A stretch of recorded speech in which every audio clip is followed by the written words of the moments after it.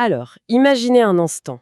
Un homme tellement en colère contre son gouvernement qu'il se fait jeter en prison. Hmm, Et imaginez qu'il soit encore plus en colère quand on paye sa caution pour le faire sortir. c'est ça qui est paradoxal. Cet homme, c'est Henri David Thoreau. Et cette nuit de fureur, en 1846, c'est le point de départ d'un des textes politiques les plus explosifs jamais écrits, la désobéissance civile. Exactement. Aujourd'hui, on va vraiment plonger dans cette œuvre. On s'appuie sur une analyse qui en retrace l'histoire et les idées. Oui. Mais la mission, elle va un peu plus loin. On va essayer de comprendre un paradoxe fascinant. Lequel? Comment cet homme, en colère, ce radical, qui prônait une résistance très frontale, est devenu l'icône de la protestation pacifique pour quelqu'un comme Gandhi? C'est toute la question. Comment une idée qui est née dans une telle fureur a pu inspirer la non-violence?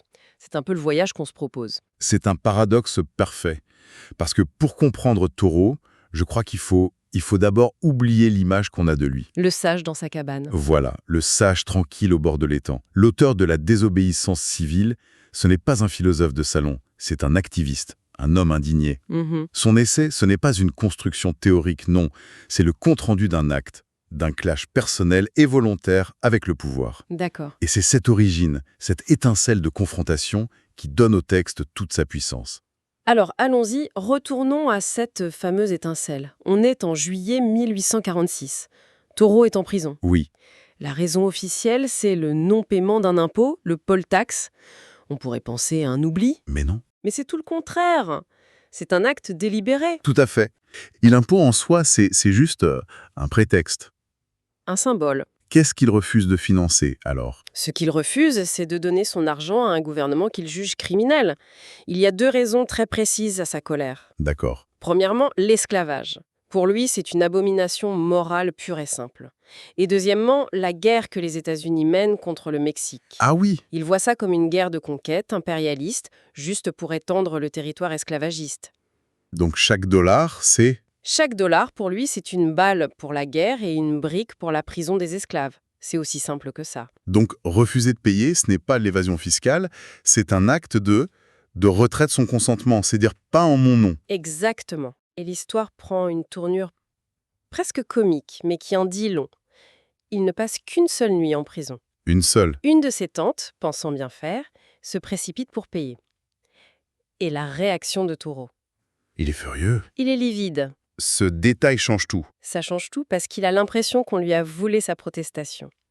Son but n'était pas d'éviter la punition. Au contraire. Au contraire, c'était de la provoquer. La prison, c'était la scène sur laquelle il voulait jouer son défi. La preuve que l'État le répond que par la force. C'est ça, la preuve tangible. En le faisant sortir, sa tante, elle a désamorcé sa bombe en quelque sorte.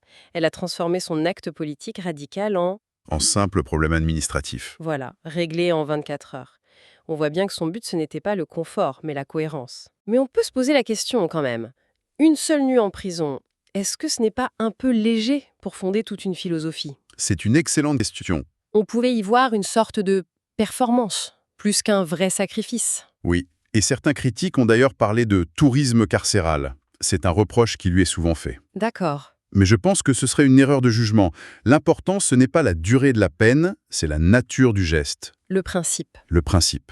Thoreau n'a jamais prétendu être un martyr. Ce qu'il a fait, c'est tester sa propre théorie dans le monde réel.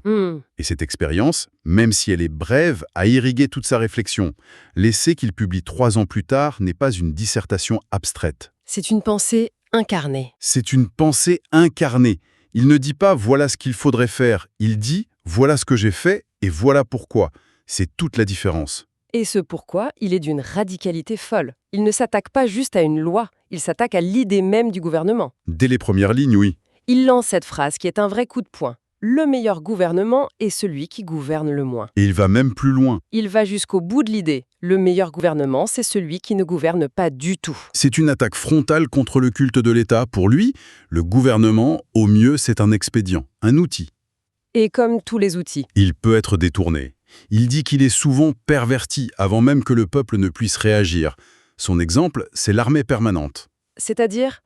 C'est une machine qui existe et qui, pour justifier son existence, finit toujours par trouver ou par provoquer des guerres. Il voit l'État comme une entité presque autonome. Avec ses propres intérêts, Voilà.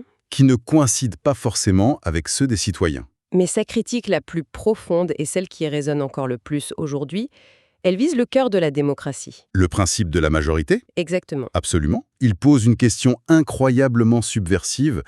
Pourquoi est-ce que le fait d'être plus nombreux donnerait raison? Pour lui, la loi de la majorité, ce n'est rien d'autre que la loi du plus fort, juste maquillée en principe de justice. Une décision majoritaire n'est pas forcément une décision juste. Non, elle est juste majoritaire. L'esclavage, après tout, était soutenu par une majorité. C'est un argument puissant. Face à ça, il propose une alternative radicale, une démocratie de la conscience. La seule loi qui vaille, au final, c'est celle que dicte la conscience de chaque individu. Mais est-ce que ce n'est pas le comble de l'individualisme? Ah, c'est le reproche principal qu'on lui fait. L'idée qu'une seule conscience puisse primer sur une décision démocratique, même si elle est imparfaite, ça peut paraître un peu arrogant. C'est vrai, il y a une part de ça. Thoreau est un individualiste forcené. Mais il ne dit pas « ma conscience est supérieure à la vôtre ». Il dit Il dit « votre conscience devrait être votre seul guide ». Il ne prône pas l'anarchie pour le plaisir, mais la responsabilité morale de chacun. d'accord. Et il décrit avec une lucidité terrifiante comment l'État nous dépossède de cette responsabilité. L'article que nous analysons cite cette phrase terrible. Laquelle? La masse des hommes sert l'État ainsi, non comme des hommes principalement, mais comme des machines, avec leur corps. C'est glaçant. On devient des rouages. Le soldat, le policier, le fonctionnaire. On obéit aux ordres sans plus poser la question de leur moralité. L'uniforme devient une excuse pour ne plus penser. C'est exactement ça, la critique de la déresponsabilisation. Et là encore, il ne reste pas dans la théorie. Il est profondément abolitionniste. Il appelle à l'action. Il appelle à l'action, concrètement. Il demande aux fonctionnaires de son État, le Massachusetts, de démissionner en masse, de cesser de collaborer avec un gouvernement qui soutient l'esclavage. C'est plus que de la désobéissance. C'est un appel au sabotage moral de la machine. Carrément. Un appel à gripper les rouages. Et c'est là qu'on en revient à notre paradoxe du début. Comment cet homme... Comment ce penseur radical, presque insurrectionnel, devient la référence de la non-violence pour Gandhi un demi-siècle plus tard? C'est la grande question de son héritage. Cet héritage est immense. On le place souvent aux côtés d'Étienne de la Boétie, Oui, avec le discours de la servitude volontaire. comme l'un des textes fondateurs du concept. Mais c'est avec Gandhi que son influence explose, littéralement. C'est une histoire incroyable de circulation des idées. Au début du XXe siècle, Gandhi est en Afrique du Sud. Il lutte pour les droits de la minorité indienne. Et il tombe sur l'essai d'Otoro. Et c'est une révélation. Il est tellement marqué qu'il en publie un résumé dans son journal, Indian Opinion, pour le faire connaître. Mais qu'est-ce qu'il séduit à ce point? Ce n'est pas la colère, j'imagine. Non, ce n'est pas l'appel à la résistance en tant que tel, c'est la méthode. C'est le refus de coopérer avec l'injustice. Et surtout, l'acceptation des conséquences. Accepter d'aller en prison. Voilà. Et on a cette citation de Gandhi qui éclaire tout. Il écrit Thoreau était un grand auteur, un grand philosophe, un grand poète et avant tout un homme pratique. C'est-à-dire qu'il n'enseignait rien qu'il n'était pas prêt à mettre en pratique lui-même. Ce qui est frappant, c'est ça, l'homme pratique. Gandhi n'est pas séduit d'abord par le théoricien, Mais par l'homme d'action. par celui qui a agi, par l'homme qui a accepté la prison pour ses idées. Tout nous ramène à cette nuit fondatrice. D'accord. Gandhi a compris que la force de Thoreau, elle ne résidait pas dans sa fureur, mais dans la cohérence entre la parole et l'acte. Il a en quelque sorte extrait le principe de l'action. De son contexte de colère. Exactement, pour en faire une stratégie politique non violente. C'est fascinant. C'est donc Gandhi qui, d'une certaine manière, pacifie Thoreau pour l'adapter à sa propre lutte. On peut le voir comme ça, oui. Ce qui rend un détail mentionné dans notre source encore plus pertinent. C'est l'histoire du titre de l'essai. Ah oui, c'est un point crucial. On le connaît tous comme « civil disobedience », la désobéissance civile. Mais ce n'est pas le titre original. Pas du tout.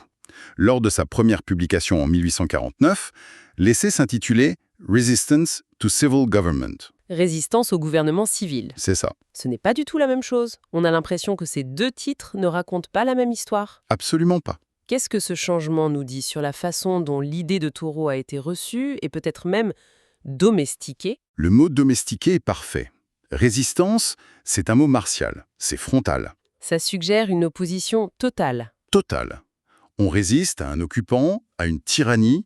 Le terme n'implique aucune limite, aucune non-violence a priori. Alors que désobéissance civile? Désobéissance civile, une expression que Thoreau a bien utilisée lui-même, mais qui a été choisie par son éditeur après sa mort en 1866, c'est beaucoup plus cadré. L'adjectif civil change tout. Il est la clé. Il suggère que l'acte se fait au sein du cadre civil, de manière non violente. Et le mot désobéissance implique qu'on transgresse une loi précise, tout en acceptant potentiellement la légitimité du reste du système. Donc on est passé d'une idée de confrontation systémique à une infraction qui est ciblée et morale. En quelque sorte, oui. Le domptage de taureaux aurait commencé par un simple choix éditorial. On peut vraiment le voir comme ça. Ce changement de titre a sans doute rendu sa pensée plus acceptable, plus propre. Il a contribué à forger l'image d'un taureau moins révolutionnaire et plus réformiste. Il a mis l'accent sur l'aspect moral, non violent, au détriment de sa critique radicale du pouvoir de l'État lui-même. C'est presque une interprétation en fait. Le titre désobéissance civile est déjà une interprétation, oui. Une version gandhienne avant l'heure. Et c'est cette version qui est passée à la postérité, comme on le voit avec toutes les traductions françaises qui ont suivi. C'est incroyable de voir comment une idée voyage et se transforme. On part d'un acte personnel, quasi viscéral, Oui, d'un homme en colère. en colère contre l'esclavage et la guerre. Cet acte nourrit une critique radicale de l'État au nom d'un seul juge, la conscience. C'est ça. Puis cette idée, mise en mots sous un titre martial, résistance, est ensuite retitrée, interprétée, civilisée, et elle traverse les océans pour devenir l'arme stratégique d'un mouvement de libération non violent. Le paradoxe est résolu. Il est résolu. Et pour conclure, je pense que l'héritage de Thoreau, ce n'est pas de nous avoir laissé un manuel. Un manuel de protestation? Non ? Son essai, en réalité, ne nous donne aucune réponse facile. Il est même plein de contradictions. Alors c'est quoi sa force ? Sa force, c'est de nous léguer une question. Une question fondamentale et terriblement inconfortable. Laquelle ? Si les lois de l'État, même un État démocratique, entrent en conflit avec votre conscience, où va votre loyauté? C'est une question vertigineuse. La question n'est pas de savoir s'il faut être un bon ou un mauvais citoyen. La question que Thoreau nous force à nous poser est plus subtile. Qu'est-ce qui distingue un bon citoyen d'un bon sujet? Ah oui ? Un sujet obéit à la loi, quelle qu'elle soit. Un citoyen, lui, a peut-être le devoir de questionner la loi, et parfois, de lui désobéir au nom d'un principe de justice supérieure. L'héritage de Thoreau, ce n'est pas une réponse. C'est ce point d'interrogation permanent qu'il a placé à côté du mot citoyenneté. Et c'est à nous, encore aujourd'hui, de vivre avec.